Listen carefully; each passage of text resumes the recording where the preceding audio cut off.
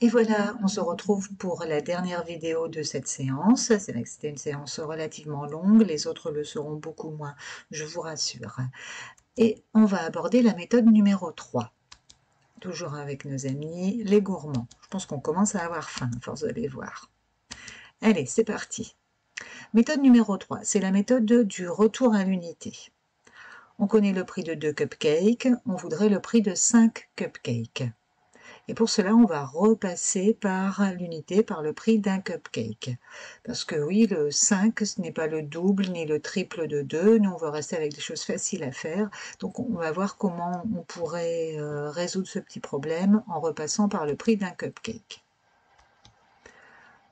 Trouver le prix d'un cupcake, ce n'est pas spécialement difficile. En effet, c'est le prix de 2 cupcakes, 3,20 €, divisé par 2, soit 1,60 €.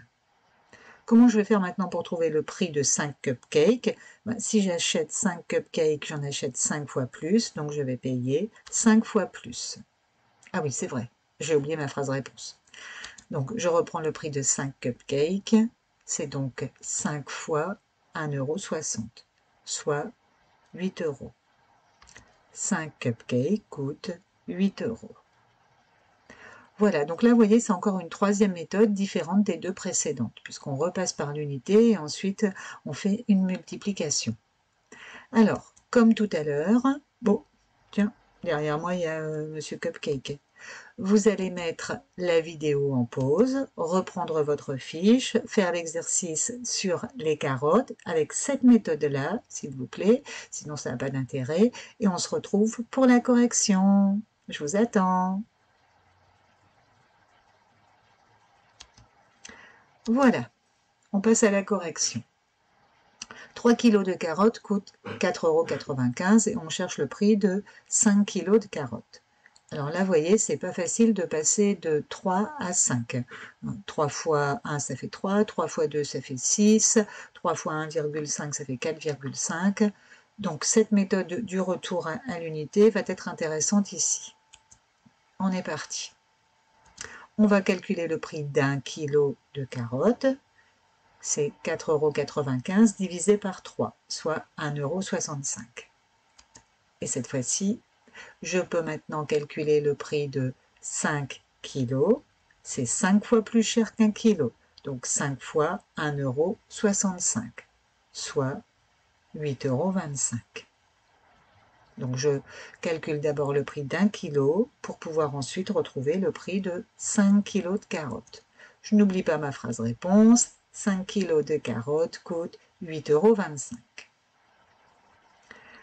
On pourrait aussi rédiger cette méthode avec un tableau de proportionnalité.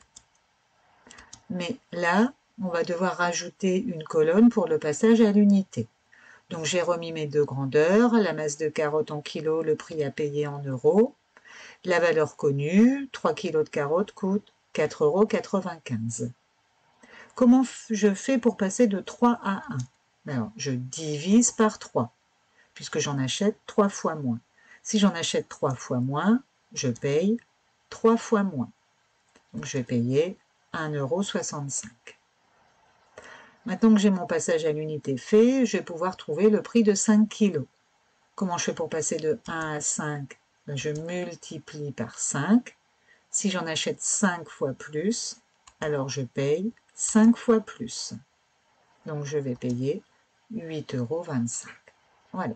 Une petite remarque, dans les tableaux de proportionnalité, on a le droit de passer d'une colonne à l'autre en multipliant par le même nombre ou en divisant par le même nombre. Je n'ai pas le droit, par exemple, de dire que je passe de 1 à 5 en faisant plus 4.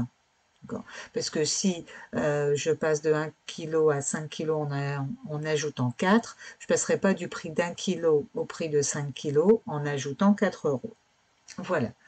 Voilà les élèves, courage, il vous reste 2 petits exercices à faire en utilisant cette méthode et puis après, je vous laisse tranquille, vous avez terminé.